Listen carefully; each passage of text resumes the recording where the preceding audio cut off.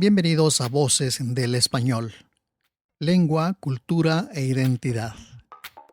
Voces del Español es un programa que nos muestra cómo nuestra forma de hablar el español refleja quiénes somos, cómo somos y de dónde venimos. Voces del Español es un programa dirigido por la doctora en lingüística Erika Erdeli, quien además es secretaria académica de UNAM Chicago. Aquí comenzamos. Voces del Español.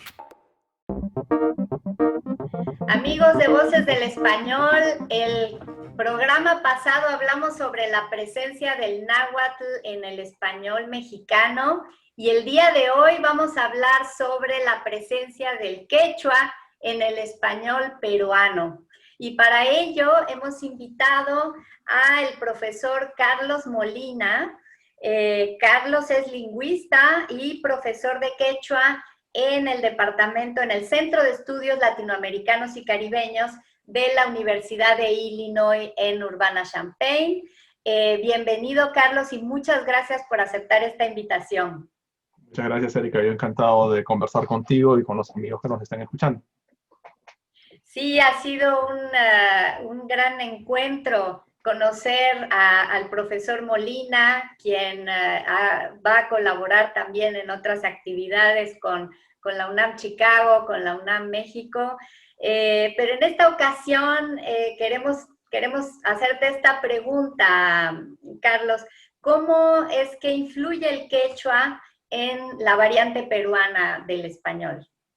Bueno, es una pregunta inmensa porque la influencia del quechua como una de las lenguas andinas mayores, que es hablada por millones de personas, como una familia lingüística, usar la palabra inconmensurable refleja bastante bien la relación del quechua con el español, no solo en el Perú, con el español en Bolivia, también una nación con una gran influencia andina, y aymara, la otra lengua andina mayor, quechua y aymara, pero también en Ecuador, donde el quichua, que así se le llama a la variante local, a la lengua quechua hablada en Ecuador, el quichua, también una presencia enorme en toda el área de la sierra y de la selva ecuatoriana también.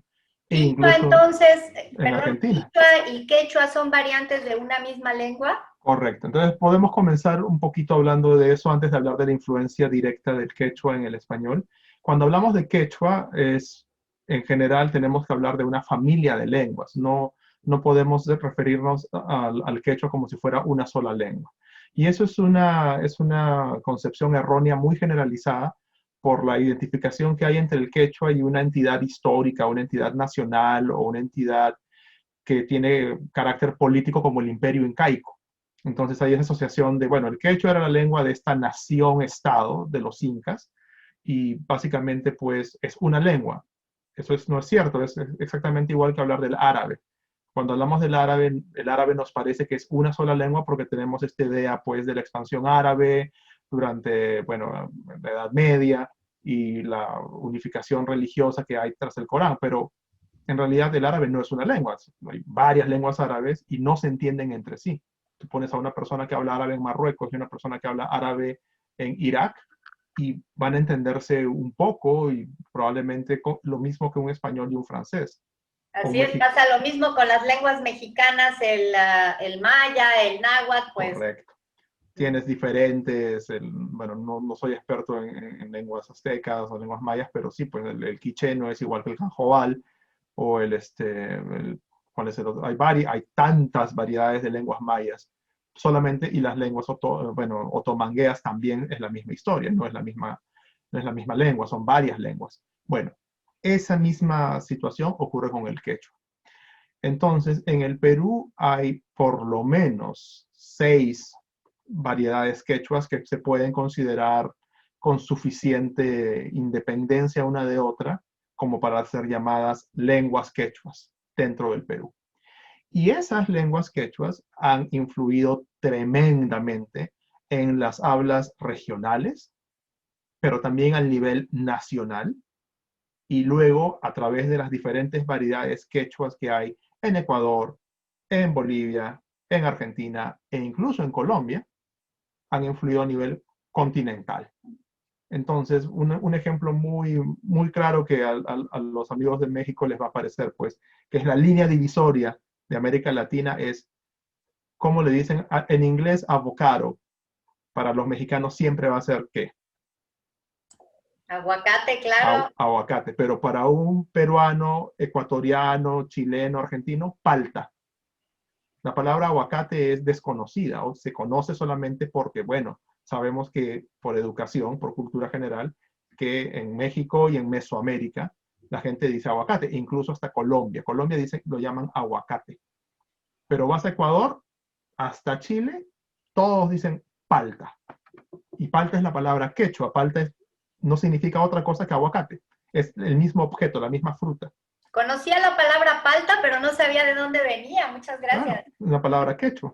Entonces, ese es un ejemplo muy bonito de cómo América, el español americano, puede distinguirse entre la zona andina, que es mayoritariamente de influencia quechua, y la zona mesoamericana, que divide su influencia entre las lenguas aztecas, utoaztecas, y las lenguas mayas. Entonces, ¿qué otras palabras, Carlos, son de origen quechua y que son parte del patrimonio del español? Bueno, para comenzar, como los españoles llegaron a América y se encontraron con literalmente un nuevo mundo. Entonces, la experiencia que está muy bien registrada en las crónicas de este maravillarse de tantos animales, plantas, costumbres.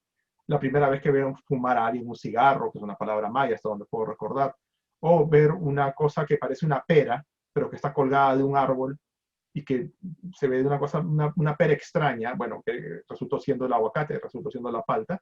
Esa experiencia es la que se refleja mayormente en el vocabulario del español, y eso creo que no cabe ninguna duda. Objetos como, por ejemplo, a ver, unas cosas, los animales en general, ¿no? El cóndor, que es una palabra kuntur en quechua. Luego tienes el puma, que es justamente el león de montaña. No sé cómo, en México, cómo le dicen normalmente a ese animal. Al puma, y además es la mascota de la UNAM, de nuestra Universidad Nacional. Claro, los pumas, claro, yo he visto, ¿cómo me he olvidado de eso? Yo he visto jugar a los pumas alguna vez cuando estuve en México, que te estaba contando. Claro, contra Cruz Azul. Fui a ver ese partido en el Estadio Azteca. Entonces los pumas, puma es una palabra quechua, que representa al león de montaña, en inglés al cougar, ¿no? Y bueno, cóndor. El puma, mira. Ahí está, el puma de los UNAM. Claro. Ahí tienen la conexión quechua con la UNAM. La mascota es un nombre quechua. De hecho, una amiga mía de Oregon me dice que su abuela en los Estados Unidos le dice al puma piuma, que es la palabra quechua, piuma. Pero aquí en Estados Unidos, bueno, donde estamos ahora, es cougar o mountain lion, que le dicen también. Otro animal, obviamente, quizás ahora, hoy en día, el animal más popular de los Andes es la llama. La llama, que en quechua es llama, ya, con una L palatal, ya, ¿no? Ya, como en español común extendido el yeísmo del español, llama, que es sinónimo, pues, con bueno, como calle, que ya no hay esa diferencia, o pollo, para sentarse, como stop of wood, un pedazo de madera, y el pollo, que es el animal que se come. Esa distinción todavía existe en quechua, y de hecho muchas personas en los Andes tienen ese sonido de la doble L muy diferente de la E, de la Y. Entonces la llama es otra palabra del quechua.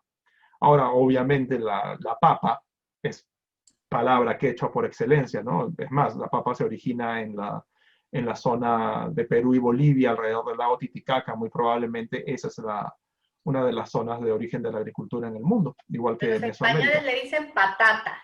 Patata, cierto, que es una confusión porque los españoles, bueno, tampoco es un tubérculo, si mal no recuerdo, el camote, que es palabra azteca, si mal no recuerdo, ¿no? El camote, ellos lo conocieron creo que lo conocieron como batata, que era la palabra caribeña, la palabra caribe. Y cuando llegaron al Perú, básicamente hicieron lo que en lingüística llaman un pormontó, que tomaron dos raíces y las mezclaron, y batata, papa, patata. Y ahí quedó como patata hasta ahora, ¿no? La tortilla de patata, que es casi el plato nacional. Plato nacional español, la botana como dirían en México, la botana por excelencia de los españoles es de un producto andino. ¿Ustedes no dicen botana en Perú? No, no, a eso le decimos piqueo. Piqueo. Okay. Un piqueo, para picar, que es la idea de comer por pocos. Claro. Y bueno, entonces esas son palabras que comenzaríamos más generalizadas del español de América, alimentos y comidas, perdón, alimentos y animales, muchas palabras que vienen del quechua. Ahora, un poco más... Nombres de personas han de tener también, ¿no? Bueno, es una gran pregunta. Apellidos, sí, apellidos quechuas, hay muchos. Perú y Bolivia tienen una gran cantidad de población quechua. El apellido más común en el Perú es, si mal no recuerdo, Quispe, que es una palabra quechua, Crespi, que significa un jade, una piedra, un cristal brillante, una gema, ahí está, una gema, una piedra preciosa, pero también viene del el verbo Crespi, que significa, literal, para mí es salir bien. O sea, Crespi es cuando algo se da de la manera correcta, llega a su conclusión positiva, eso es Crespi. Entonces, Crespichi, hacer salir bien, es salvar, redimir, es criar también, criar a una persona de modo correcto, eso es Crespichi. Y hay un verbo opuesto que es Joliu, que es básicamente cuando sale mal, frustrarse, aborto incluso también es la misma palabra, al menos en un sentido bien general de cuando las cosas no salen como deben salir, eso es Joliu. Y cuando salen como deben salir, eso es Crespi. Es una oposición en quechua. Entonces, Quispe es el apellido más común. El apellido Mamani, por otro lado, que también es muy común en Perú y Bolivia, Mamani es más bien de origen aymara. Y tiene que ver con, no puedo recordar exactamente el origen aymara, si podría ser halcón o podría ser Apu, que es divinidad o una montaña sagrada, pero no estoy seguro realmente, puedo estar equivocado en esa acepción.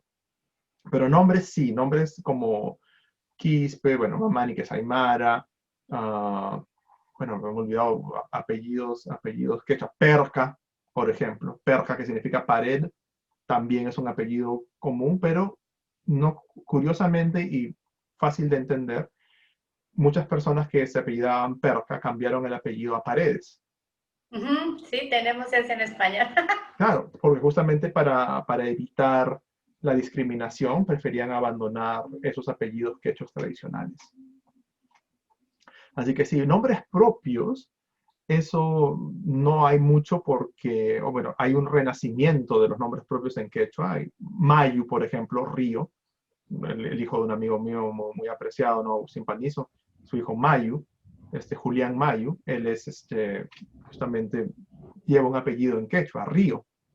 Y también otro apellido, otro nombre quechua, Cori, Oro, Quilia, Luna, Iliari, Amanecer, también nombres de mujeres, se han popularizado, pero como estaba explicando, el proceso de extirpación de idolatrías, cuando básicamente la Iglesia Católica decidió que nadie podía tener estos nombres indígenas porque eran nombres que reflejaban devoción a las huacas. Las huacas son los seres sagrados en el mundo andino. Una huaca puede ser un lugar que se considera que tiene poder, que tiene un lugar prominente geográfico con el cual una población se asocia. Una montaña, por ejemplo, la montaña que está detrás de mí en este momento es la montaña más alta del Perú. Es uno de los apus mayores de la sierra central peruana, el Apu Huascarán, el nombre de la montaña. Tiene otros nombres tradicionales, pero que ignoro en ese momento, no los tengo en la mente, pero es una montaña más alta del Perú. Entonces, una montaña, una quebrada, un río, un lago, se consideraban divinos y muchas personas nombraban a sus hijos de alguna manera en relación con estos términos. Y esos nombres se quedaron prohibidísimos. Y recuerda que los que te ponían el nombre eran los que te bautizaban, que eran los sacerdotes. Entonces, con más razón iban a decir, pues ni hablar, este nombre es un nombre indígena, no va. No es cristiano, tienen que tener un nombre cristiano. Claro, nombre de cristiano. De algún santo. De algún santo, y tienes Eulogio, Eustaquio, todo Saturnino. Yo debería haber sido Saturnino, el día de mi santo es 29 de noviembre, mi cumpleaños Saturnino, pero por suerte no me llamaron así. Sí, es un nombre ya muy anticuado. Ok. Sí, sí, Qué sí. interesante. Entonces, bueno, pues nos estás hablando de alguna manera que el quechua está presente, como es lógico, en el español peruano, pero al mismo tiempo ha habido esta historia de lo que se trata de dejar a un lado, lo que se trata de olvidar o de discriminar, y por otro lado, lo que se trata ahora quizá de rescatar. Entonces, Carlos, te propongo que hagamos una brevísima pausa después de esta introducción que nos has dado sobre diferentes elementos presentes del quechua en el español peruano, para en la segunda parte preguntarte cuál es la situación actual del quechua y de sus hablantes en el Perú y aquí en los Estados Unidos, que es donde tú estás finalmente. Pero vamos a hacer esta pequeña pausa, si te parece bien. Sí, sí, gracias. SPR, su estación, para escuchar noticias, 13 horas en París. música Puedo decirte que soy un ángel para el amor. y mucho más. Gracias por seguir con nosotros. Estamos entrevistando al profesor Carlos Molina. Él es lingüista y profesor de quechua en la Universidad de Illinois en Urbana-Champaign. En la primera parte de este programa nos estuvo hablando un poco sobre la presencia de algunos vocablos quechuas en el español, como es el caso de palta para aguacate, algunos nombres, apellidos, la palabra papa, por supuesto, patrimonio del español general en la actualidad.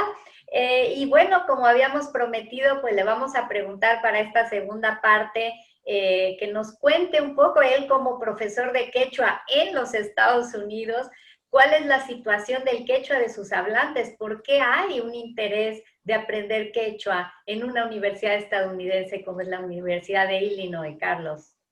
Sí, es un tema bastante interesante y bastante actual porque lo que estamos viendo en los últimos 10 años, por lo menos 15 años máximo, es un claro cambio de actitud respecto de las lenguas indígenas y respecto de lo indígena mismo. Muchas personas que antiguamente, bueno, ni siquiera decirlo antiguamente, hace 15 años, incluso hoy todavía se ve esa actitud de desprecio, una actitud de, sino de abierto desprecio, de ignorancia y de pasarlo por alto a lo indígena. Y eso está cambiando porque los mismos jóvenes, y la razón primera es la herencia que tienen la herencia cultural con la que los migrantes en el Perú mismo, que han venido de las zonas andinas a las zonas urbanas en la costa peruana, esas personas han continuado recibiendo más y más gente que viene de la sierra y han reactivado redes de contacto que van de ida y vuelta hacia esas zonas. Entonces, esta mutua retroalimentación de características de costumbres andinas ha reavivado en los más jóvenes, cuyos padres no hablaban el quechua porque sus abuelos les prohibieron hablar el quechua cuando migraron a la ciudad, pues ahora han decidido que ellos también quieren retomar esta herencia andina, y uno de los elementos más claros para la identidad es la lengua que hablas. Entonces, aprender el quechua como una segunda lengua o reactivarlos habiendo sido hablantes pasivos de esa lengua, pues se ha convertido en algo bastante claro, bastante necesario para ellos. Hay una ley sociológica, ¿cierto, Carlos?, que dice que lo que el hijo quiere olvidar, el nieto lo quiere recordar. Eso es lo que estamos viendo, totalmente, totalmente. Eso es exactamente lo que ha pasado después de, específicamente, la migración que se dio en los años 80 y 90 por culpa de Sendero Luminoso, de la guerrilla que se desarrolló en el Perú y que desplazó a miles y miles de hablantes de quechua. En realidad, si mi cifra no está equivocada, la gran mayoría de los que murieron durante este conflicto armado en el Perú han sido hablantes de quechua. Entonces, el 70%, si mal no recuerdo, de las víctimas de los... ¿Cuántos han muerto? Bueno, no quiero decir un número falso, pero el número, si mal no recuerdo, en la Comisión de la Verdad debe estar tranquilamente 150.000, un número, Wow. es un número muy alto, es mucho más de lo que se pensaba anteriormente. Entonces, estas personas que migraron por cuestiones de su propia seguridad, su propia vida, y otros miles que migraron por cuestiones económicas, porque la presencia del Estado en la sierra peruana, en los Andes peruanos, es mínima y siempre ha sido muy, muy pobre. La presencia del Estado y la manera como se ha tratado a la gente hace que las personas viajen a las ciudades o a Lima. Lima en este momento es una ciudad de casi 10 millones de personas, en un país de 30 millones de personas. Entonces, 1 de cada 3 peruanos vive en Lima, lo cual para mí es una locura. No debería ser así en ningún sentido. Eso no es sostenible, pero es la realidad. Entonces, esos hablantes, muchos han convertido a Lima en una ciudad donde hay una concentración enorme de quechuas. Es enorme. Hay distritos en Lima que tienen más hablantes de quechua que las ciudades, que el Cusco mismo. A ese nivel. O sea, tú puedes tener una concentración que, bueno, la ciudad de Cusco, no la región de Cusco, solamente la ciudad, lo cual era impensable anteriormente. Y por eso es que tenemos ahora una demanda para aprender quechua y se ha dado durante esta misma pandemia. La gente está haciendo videos, hay activismo digital en quechua como nunca se había visto antes. Entonces, estos chicos, chicas que que saben hablar quechua, muchas veces en contra de los deseos de sus propios padres, son los que han decidido que es muy bueno hablar quechua. Como un acto de rebeldía, que es una característica de la juventud. Claro, y un acto de reivindicación también. Y eso ha llegado de alguna manera hasta los Estados Unidos. Ahora el quechua, el quechua en la academia estadounidense, en las universidades, se ha convertido en la lengua indígena más comúnmente enseñada, por encima de lenguas indígenas americanas mismas, lo cual nos debe llevar a la reflexión de, bueno, en qué situación han quedado pues las lenguas nativoamericanas, las lenguas indígenas de los Estados Unidos, que han quedado súper reducidas y postergadas, pero por una cuestión bastante interesante, por no decir inusual, el quechua se ha convertido en una lengua indígena que se enseña en por lo menos 11 universidades de los Estados Unidos. En el Centro de Estudios Latinoamericanos y Caribeños en el que tú estás, aparte del quechua, ¿se enseñan otras lenguas nativas? No, desafortunadamente todavía no hay una demanda tan grande. Sigue siendo una demanda pequeña, pero ha crecido bastante. Pero digo, solo se enseña el quechua. Solo se enseña quechua, sí. No se enseña. Se enseñaba también aymara hace no mucho, y la clase de aymara donde el profesor era, bueno, ya está retirado, es amigo mío, Miguel Huanca, el boliviano. Él enseñaba la clase de quechua en la Universidad de Chicago, en la ciudad de Chicago. Entonces, la Universidad de Chicago tenía un grupo de profesores que estudiaban la zona del altiplano boliviano. Entonces, eso nos muestra que la enseñanza de lenguas indígenas suele ser, o tradicionalmente, es accesoria o es una herramienta de la investigación académica. Pero eso ya no se está viendo con el quechua. Con el quechua tú tienes ahora estudiantes que quieren estudiar quechua porque les parece interesante que haya una lengua indígena y les parece una puerta de entrada a el conocimiento del mundo indígena en general. Entonces lo toman como un punto de partida. O tienes personas que están aprendiendo quechua porque son hablantes de herencia o cuyos padres hablaban quechua y quieren aprenderlo. Especialmente gente de Bolivia. Y también algunos peruanos me ha pasado que, mi mamá o mi abuelita habla quechua.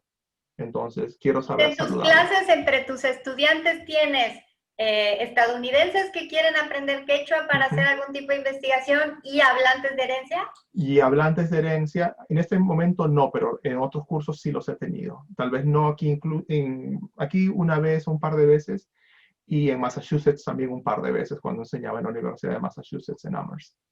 Pero el punto es, el universo de los estudiantes de quechua posibles ya no es solamente el antropólogo y el lingüista y en algunos casos el educador.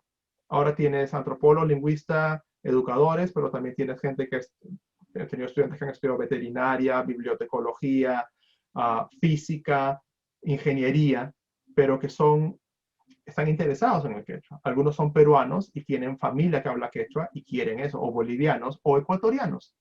Incluso siendo el quechua que enseñamos en Illinois, un quechua sureño, peruano, boliviano, bastante diferente del quechua ecuatoriano, el quichua, pero suficientemente parecido como para poder continuar estudiándolo. Es como aprender portugués y luego querer aprender español. Te sirve lo que has aprendido del portugués. O sea que más que un interés lingüístico, un interés de uso de la lengua, ¿crees que hay más un tema de búsqueda, de reconexión con la identidad? Totalmente. Hay ese tipo de reconexión e incluso la posibilidad de entender mejor la herencia cultural andina en el Perú. Con algo tan simple como las palabras que hay y la forma de hablar de los ancestros que tienen, ¿no? Los abuelos, los bisabuelos, y en la reconexión, la posibilidad de viajar. Y otra cosa interesante es la estabilidad económica que se ha logrado, bueno, con un gran costo, por decirlo menos, en el Perú. También ha permitido que la gente viaje, algo que no se hacía mucho antes. La gente joven está viajando más y está pasando tiempo en la sierra, redescubriendo esta parte y reconectando esta parte del Perú con la costa, que es donde están los mayores centros urbanos. Bueno, el mayor centro urbano, Lima. Qué interesante, Carlos. En una charla previa a este programa, me mencionaste que ahora en tiempos del coronavirus habías visto una oferta creciente de cursos a distancia o cursos en línea de quechua, a lo mejor ni siquiera ofrecidos por especialistas como tú, sí, o profesores como tú, pero que han tenido una demanda espectacular, ¿no? En el orden de los miles de personas. Sí, es sorprendente. La Municipalidad de Lima dio un curso abierto de quechua y se estuvo dictando, si mal no recuerdo, por un mes, un taller de un mes de duración. El primer día hubo 97,000 personas. ¡Wow! Es un número que yo me quedé patitieso, ¿no? O sea, ¿cómo es posible? Dije, o sea, yo viendo este fenómeno, estudiándolo ya por más de una década, no me hubiera esperado eso. De hecho, por ejemplo, hace poco, hace 2 semanas, 3 semanas quizás, se dio un curso, otro taller de la variedad de quechua que se habla en Ancash, que es justamente la montaña que está detrás de mí en este momento. Preciosa foto, por cierto, es tuya, ¿verdad? Sí, eso lo tomé hace unos años en el cementerio de Yungay. Desde ahí se ve, en la provincia de Yungay, está el Huascarán, esta montaña que es enorme, o sea, tú la ves desde todos lados, es la montaña más alta de la región. Y el quechua que se habla en esta región es el quechua que yo he investigado para mi tesis doctoral, y es un quechua que se habla pues probablemente 750,000 personas en toda la provincia, ya. Es un número generoso incluso, no llegan a un millón de personas. El primer día de la clase, 14,000 personas inscritas. Estaba 14,000 personas y yo pensé, mira, en mi cabeza era, si el primer día aparecen 1,000 personas, buen número, ¿no? 14,000. A la siguiente clase, 4,500, que es normal, siempre vienen los curiosos y luego se van. Claro. Pero aún así, estamos hablando de miles de personas interesadas. Y ¿cómo vamos a atender esta demanda, Carlos? Es un gran reto para los que enseñamos lenguas. Sí, claro, y es el quechua de Ancash, que es una variedad que no tiene el prestigio del quechua del Cusco, que tiene mucho, o el quechua de Ayacucho, que son básicamente el quechua del Cusco y el quechua de Ayacucho son la misma lengua. Es como decir español mexicano, español peruano. Tienen diferencias de pronunciación, pero perfectamente compatibles. Puedes conversar con una persona y te puedes escribir cartas sin ningún problema. No va a haber problemas. Pero este quechua el quechua central de Ancash es muy diferente del quechua cusqueño y es considerado por el prestigio del Cusco como capital del imperio incaico. Se considera, esa es la lengua cortesana del Cusco y es el quechua correcto, el quechua verdadero, lo cual no es cierto. Y eso afecta la popularidad y el prestigio de variedades como el quechua de Ancash. Bueno, a pesar de eso, 14,000 personas se inscribieron. Parece que las cosas están cambiando. Muy impresionante, Carlos. Fíjate que una época me metí por curiosidad a esta aplicación gratuita de aprendizaje de lenguas que se llama Duolingo, por recomendación de mis estudiantes, ¿no? Entonces dije, bueno, voy a entrar a ver cómo estructura la enseñanza. Y me empezaban a llegar mensajes de la misma empresa de Duolingo con datos como, ¿sabías que hay más personas aprendiendo islandés en Duolingo que islandeses en Islandia? Creo que eso les va a pasar ahora, Carlos, si hacen unos buenos cursos a distancia o MOOCs o cursos en línea de quechua. De pronto va a haber más estudiantes de quechua que hablantes nativos de quechua. Bueno, de hecho hay más hablantes de quechua que hablantes de islandés. Bueno, no, bueno, eso seguro. De quechua sureño. También de náhuatl. Fíjate que recuerdo justamente la persona que entrevisté antes de este programa sobre el tema de la presencia del náhuatl en el español, el profesor Javier Cuétara, nos decía, a ver, hay muchos más hablantes de náhuatl que de islandés en el mundo. ¿Y por qué Google sí tiene una versión en islandés y no tiene una versión en náhuatl? Correcto, totalmente de acuerdo. Y parte de eso es también una necesidad que hay para unificar la ortografía y las formas escritas, porque las plataformas en línea son plataformas escritas.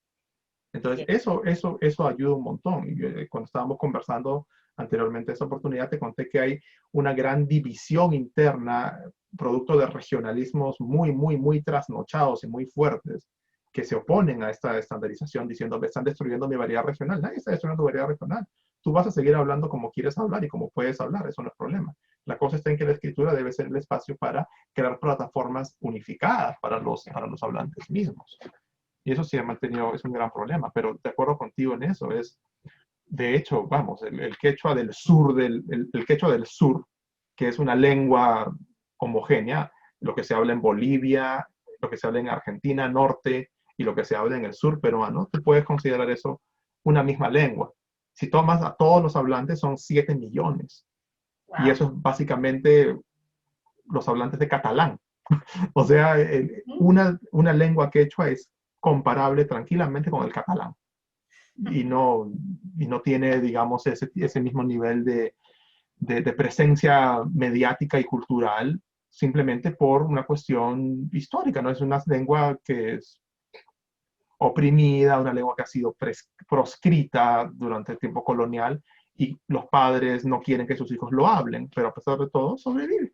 Y está renaciendo en el lugar donde no se esperaba, que es en línea, en el internet y en las ciudades. Siempre esa idea de que es una lengua rural, que es la lengua del campo, de la chacra, que es la palabra que todos los sudamericanos andinos decimos para, bueno, creo que es la milpa en azteca. ¿La siembra de maíz? La siembra de maíz es la milpa, pero el área, el plot en inglés, ¿no? El área, la tierra donde se siembra, tiene un nombre, bueno, me imagino que debe tener. Sí, la milpa es justamente, bueno, es el lugar donde se siembra el maíz. El lugar y el cultivo mismo, ¿no? Ya, en quechua la palabra es chacra. La chacra es el lugar, y de ahí viene la palabra chacarero. En Argentina, una chacarera, un tipo de baile, es el baile de la chacra, que es el campo de cultivo en quechua. Chacra, chácara. Esas son alternativas. En Argentina, chácara, chacarita, también un club de fútbol, si mal no recuerdo. Bueno, la idea es esa. Pues interesantísima esta realidad nueva de este renacimiento del quechua entre la población peruana en el Perú y fuera del Perú, y ahora con estos ambientes virtuales en los que nos desenvolvemos, pues ya será ya será trabajo de los peruanos y de sus descendientes el ver cómo posicionan esta lengua y esta identidad peruana y sudamericana en el mundo de las lenguas, porque como bien has dicho, pues es una cuestión meramente política el que se decida que una lengua es lengua, o como es el caso del catalán, que podríamos considerarla una variante del español y sin embargo ellos han peleado y luchado porque se les reconozca como estatus de lengua. Con buenas razones, porque históricamente el catalán tiene su propia evolución bastante diferente del español. O sea, considerarlo un tipo de español sería erróneo y de hecho técnicamente desde el punto de vista lingüístico lo es. Es una lengua totalmente diferente.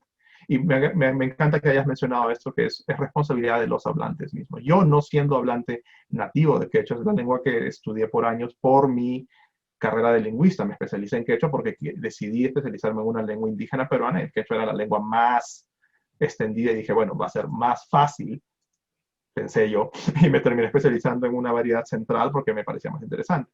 Pero lo importante es que los hablantes mismos sean los que tengan el control, y por eso es que también estamos trabajando en Illinois, en la universidad, con otras universidades, la Universidad de Pittsburgh, la Universidad de Pensilvania y la Universidad Rowan en Nueva Jersey.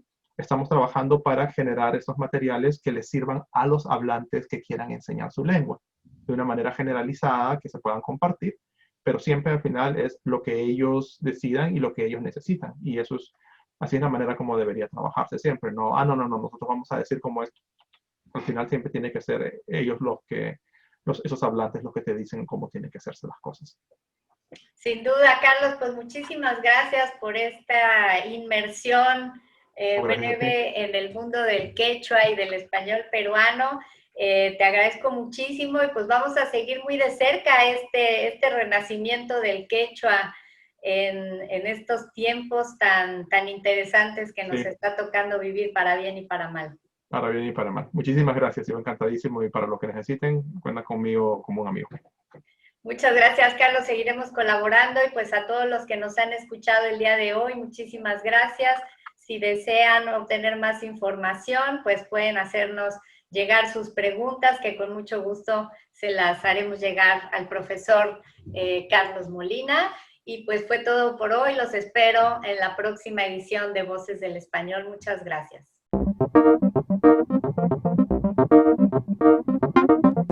Thank you.